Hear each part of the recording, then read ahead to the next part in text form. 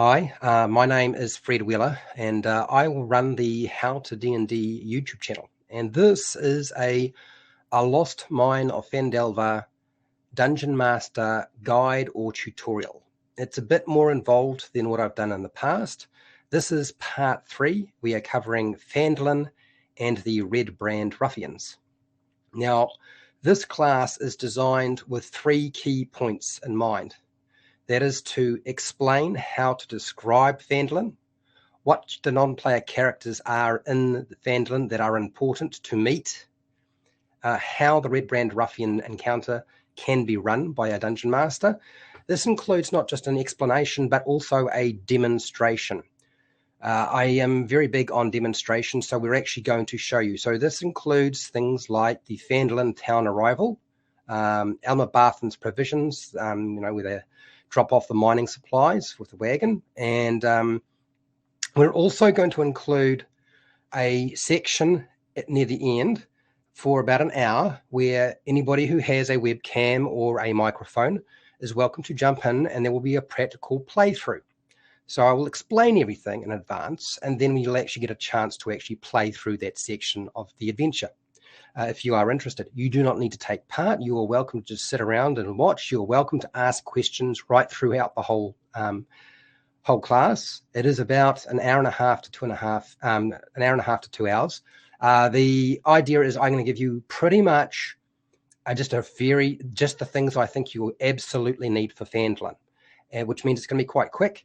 And then we're going to go straight into Q&A, because I feel like the Q&A section is where you're really going to need a bit more time for this particular section rather than anywhere else. Okay, so that's probably our rundown for how we deal with today. So this being a Dungeon Master guide to the town of Phandalin for the Dungeons & Dragons 5e adventure Lost Mine of Phandelver essentially means that you are going to be presented with a whole lot of stuff, hopefully that is not necessarily spelled out exclusively in the adventure. This is why these tutorials exist. They're not necessarily going over the stuff that's already in the adventure. There is unfortunately a tendency to use like too many locations or too many non-player characters, or include too many adventure hooks when the party first arrives at Phandalin. And I have done exactly that. Was not my intention, but sometimes the players sort of force you down that road, and you find yourself sort of stuck. But there is a way of getting around that.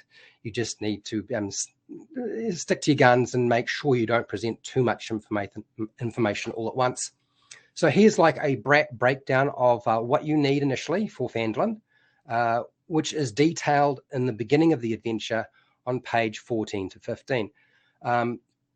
Look, read or paraphrase the description of the frontier town Phandalin. You'll find that on page 14 when you first get there. You are welcome to describe travel time from Cragmore Hideout through to Phandalin. I would not dedicate a huge amount of time to this. Now, the reason being, if you do dedicate a huge amount of time to something like this area, you will find that players usually get quite bored. And what we're trying to do is avoid them getting completely bored. We want to get straight into the action as soon as possible, rather than go off on some strange tangent, which they were really not interested in the first place. And that would be my advice to you, is to make sure you don't do something like that. So there are 4 locations that the Dungeon Master needs to present and that characters are likely to want to visit or need to visit. Sometimes it's want, sometimes it's need. The first one is Barthen's provisions, because they have to deliver that wagon of mining supplies so that they can get their 10 gold pieces per character, which is listed on page 16 of the adventure. That is the key thing. That's probably the first thing they're going to need to do. The second thing is the Stonehill Inn for a place to stay overnight. And that's where Sildar Hallwinter will suggest as a place to sleep, because it's pretty much the only place in town. And there's only one inn. Now, Sildar Hallwinter is not going to suggest this unless he's still alive and with the party. If he's not alive and he's not with the party, then he won't be suggesting anything, but that's still there. The inn is the town hub of rumours, but you do not need or have to reveal everything. Only select the rumors on that particular section that move the main goal forward. And the main goal moving forward is primarily to save Gundren Rockseeker. And you'll find all of that on page 15 and 16. I know it's very tempting to sort of drop all of the rumors all at once, but one of the easiest ways to control the flow of information to people is not to drop everything all at once. That's part and parcel of your job as a dungeon master when you do this sort of thing. The third one that they're likely to go and visit, and that is visiting the Lion Shield Costa to return the goods found in Cragmore Hideout if the player characters have that gear that they found, all the goods that were in Cragmore Hideout. If they have them, they potentially can get rewarded with 50 gold pieces. There is a temptation by players to try to get more than 50 gold pieces, but that would just really be asking for trouble. I don't encourage it. It's already a pretty high price for the owner of the Lion Shield Costa to be paying anyway, considering they can only sell the goods at a certain price anyway. They're probably going to be selling them at a small margin or at a loss. And you'll find that information on page 16 and 17. Now, there's another reason they might go to the Lion Shield Costa, and that is if they have money, and probably not very much, they're going to go and look for somewhere to buy weapons and armor. Probably weapons, because that'll be pretty much the only thing they can afford. They can't buy them from Barthen's Provisions. It's just a basic trading post. But the Lion Shield Costa does sell them. It's all in the back room, but that's beside the point. You go and ask somebody, and they might be forthcoming. And that's exactly what the adventure says. The fourth location they're likely to go and visit is the Redbrand Hideout. Now, not the actual hideout itself, okay, although it's great if you can prepare that in advance just in case, but we're hopefully not going to get there straight away. We're just talking about the section just around Tressendor Manor. Okay, now the reason they're going to probably go there is to negotiate the terms of the local gang's eviction, like it's time for you to leave, Redbrands, bye-bye, or wipe them out for the townsfolk. And you'll find that information on page 19 and 20. All this information is reasonably simple to find. But I think often when you're running this adventure, people sort of get sidetracked because there's all this information. Remember, there are only 4 locations you really need to worry about preparing. The rest, just leave them alone. Now that we've talked about locations, what NPCs do you really need to concern yourself with? Because I would say there's only, I would say ultimately, because there's only 4 locations, that means that initially Dungeon Masters only need to prepare a handful of non-player characters. 4 of them, in fact. Maybe 5, you might say, if you're going for a hard push. But I would say 4 or 5 is pretty much all you need, and the rest you can worry about later on. You don't need to do them straight away. The first NPC that you're probably going to want to discuss with your player characters, and that is Elmer Barthen. Now, he owns the Provisions, the trading post, and you'll find most of the information on that character on page 15 to 16. I've also got a video on YouTube if you want a lot more information. Basically, Elmer Barthen is friends with Gundren Rockseeker. Play him as the standard sort of good-minded shopkeeper, you know, aged, a bit on the wise side, know how things are. You don't have to go, you don't have to do voices, you don't have to get too fancy. Just talk to them. Elmer Barthen is primarily there to, 1, reward them for delivering the wagon. So then they're going to deliver that wagon of supplies to him.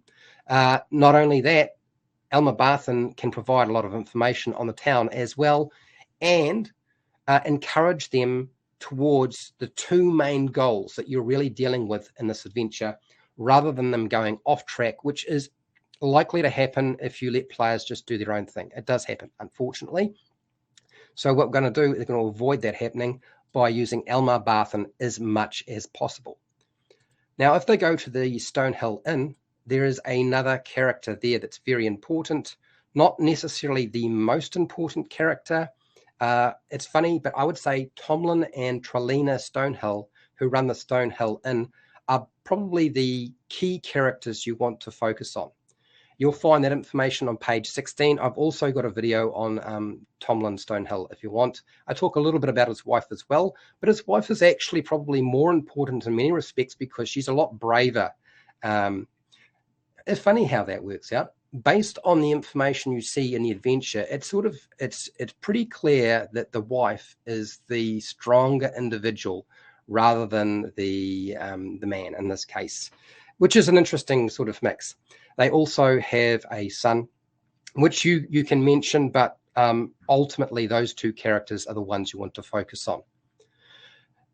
Now, the third character that I would say you really want to make sure you prepare before you move on to anything else, and that is going to be the individual who runs the other major shop in town. The other major shop is run by a woman. Her name is Lanine Greywind. She manages the Lion Shield Costa. You'll find her on page 16 to 17, and I also have a video that goes into a lot of detail. Lanine is a lot more coy. She is not going to be forthcoming with everything. She's going to be trying to read the characters or player characters to figure out where their head's at, certainly trying to discern whether they are additions to the Redbrand gang or if these individuals are potentially allies or just strangers passing through. So there's an opportunity to play this character as trying to feel them out. That's really what she's all about. But she's also potentially one of the most useful NPCs in the entire town, not including Elmer Barthen and Phandalin and Trelina Stonehill. And it would be a shame if the player characters are foolish enough to do something stupid like steal from her or try to do something underhanded like negotiate a better price or basically try and take her for a ride. I think that would be a mistake on the player's part, but you don't need to tell them that. It's really up to them to figure out that the hard way, unfortunately, like many things. Now, the fourth characters that you need, the fourth character is actually a group of characters, and that is the Redbrand Bandits, which you'll find you'll find information from about page 19 through to 20, and there is a video on my channel that talks about them as well. Look, if you've watched a Western movie, play them as the villain cowboys in a Western movie. Like, you go into a town, what are they like? You remember what they're like. You can play that out. It's not difficult for you to do. You can handle this. So those are the four characters. Now, there are only 2 adventure hooks or goals that are vital to the adventure in Phandalin when the party first arrives. All of the other adventure hooks are secondary, so don't get caught up in them if you can help it. And the 2 that I want you to focus on initially is Gundren Rockseeker, and the second one is the Redbrands. But let's just talk about, like, how do I make sure that Gundren Rockseeker is actually the focus of the situation? Well, there's a couple of ways of doing this. So when we're dealing with the Gundren Rockseeker adventure hook, which is track down Gundren Rockseeker, if the party has not rescued the dwarf from Cragmore Castle yet, use Elmer Barthen. He can encourage the party to find and save Gundren if the party explains like that the dwarf has been ambushed and gone missing. Like, he's not in town, he didn't make it to Phandalin, something must have gone wrong. This is the opportunity for the players to be heroes, right? If Sildar Hallwinter is with the group, then the old soldier would insist on tracking down the dwarf that he was charged to protect. Now, he's certainly very much responsible for the loss of Gundren Rockseeker, so that means he would definitely want to travel with the party, but probably once he has recovered from his wounds. And if he's unable to recover from his wounds straight away, then maybe he will not be traveling with the group straight away to deal with finding Gundren Rockseeker. One of the great things about using Sildar Hallwinter is here's the backing of the Lord's Alliance. That means additional money. So if you need to sweeten the purse because your players are way too focused on money, then you can use Sildar Hallwinter in the situation. Whereas Elmer Barthen would not have the funds to try and convince them if they're not. I mean, this shouldn't be an issue because the player characters are supposed to be close friends with Gundren Rockseeker, and they're hopefully doing this for more than just money if you've set everything up correctly. or in the most desirable manner. Now, they could also go to the Stonehill Inn, which is the town hub for all rumours, and that can assist in finding Cragmore Castle and Gundren Rockseeker. It's a very roundabout way of doing it, but there are a couple of NPCs there that may be able to help strike up or suggest some ideas. Now, even if all of that fails, even if all of that just falls on its face and it doesn't work for you, there's another strategy to keep leading them towards Gundren Rockseeker, and that is that goblins have been ambushing people along the tribal trail if traveling in small numbers, right? So discovering where Gundren was taken is actually really simple. And you could use any of these NPCs, in fact, probably any of the townsfolk who are willing to sort of assist them.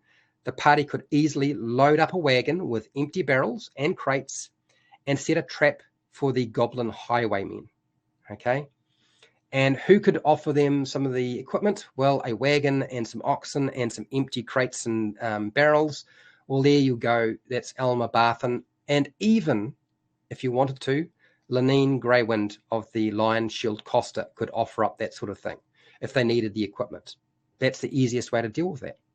And then you move them on to the next part of the story rather than getting caught up in something that they don't really need to deal with. Okay, the second major adventure hook that you really want to play out, and I recommend that you don't play this out unless they are just not getting it together with regard to following Gundren Rockseeker, and that is the Redbrands. Ultimately, that would be the next major issue that you need to deal with, right? So with regard to the Redbrand Bandit adventure hook, the idea is to deal with the Redbrand bandits that are threatening the population of Phandalin. The three main non-player characters in Phandalin, which I've already kind of mentioned outside of the Redbrands, can explain most of what the party needs to know about the Redbrands. So that's Elmer Barthen, that's Lenine Greywind, and Tomlin Stonehill, or even Trelina Stonehill if you want. Everyone in town can direct the party towards the Redbrands as a threat at any time if you want to. The Redbrand bandits will eventually force the player characters into a conflict, even if the party doesn't learn very much about them or doesn't initiate a strike on the gang. So even if the players don't go in the direction you were hoping they would go and they don't want to follow that part of the story and they sort of get sidetracked, you can force the issue by using that. Just need to have a quick drink.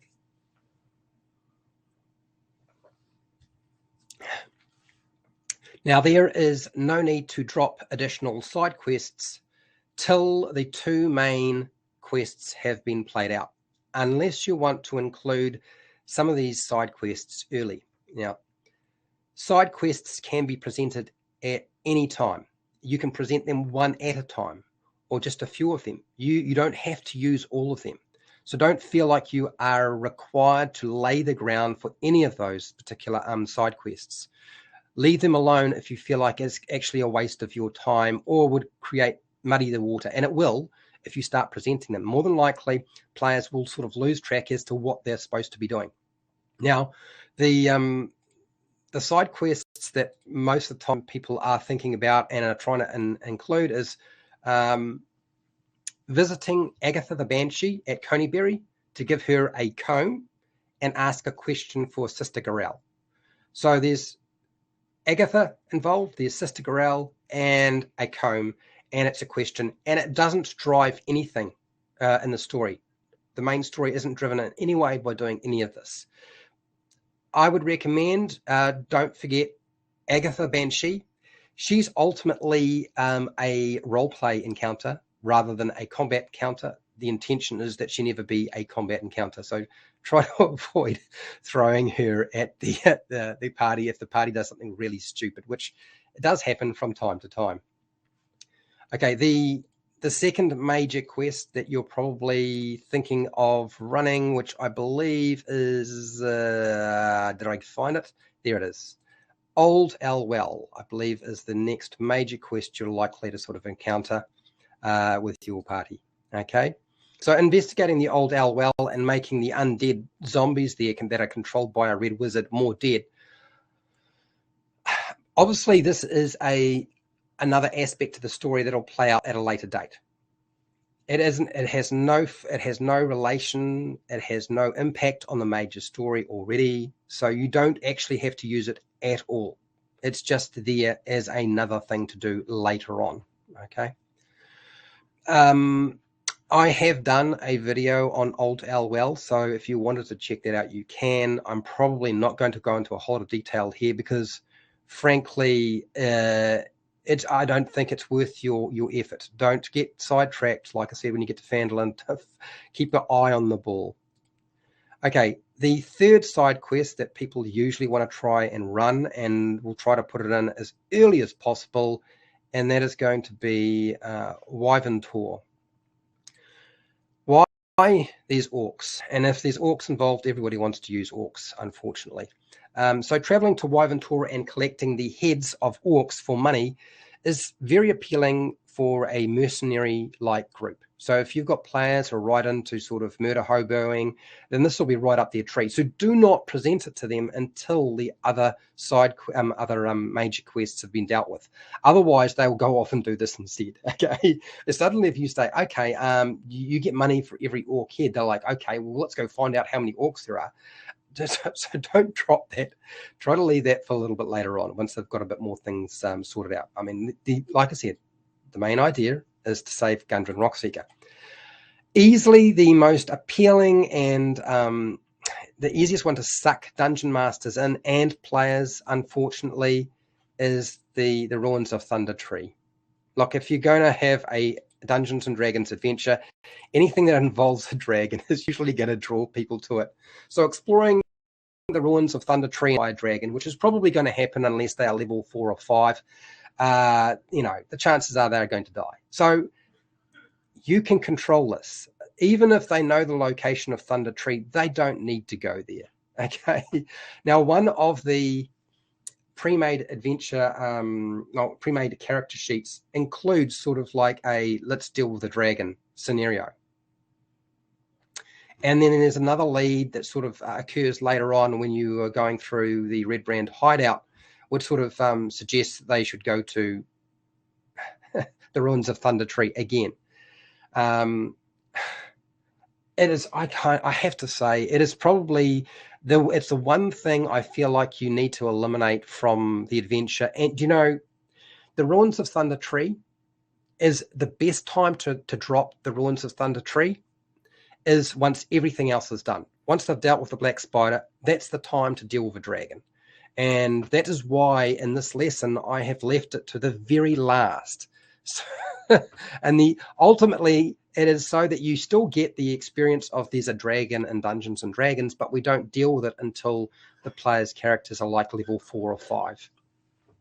Present the Redbrand Ruffians combat when you think the player's characters are ready. So once they've dealt with their wagon supplies, maybe collected a bit of information, maybe dropped off the goods at the Lion Shield Costa if they have those goods, those sorts of things, then you can engage the Red Brands with the player characters.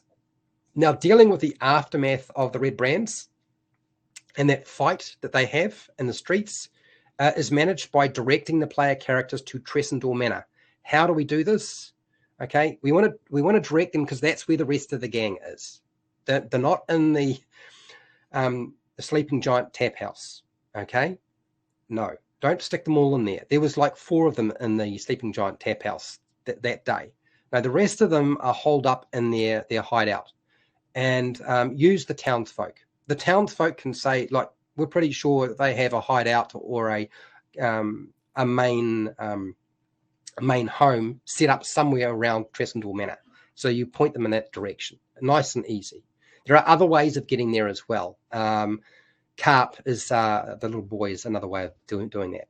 Easy enough. You find the back route and then you're in. Award experience points of 400. So award 400 experience points for defeating the 4 Redbrand Ruffians or driving them off. You don't have to kill everything to be awarded experience points. And I think a lot of people forget this. And so I encourage you to not insist that you only award experience points for dead people. or dead monsters. It's not necessary.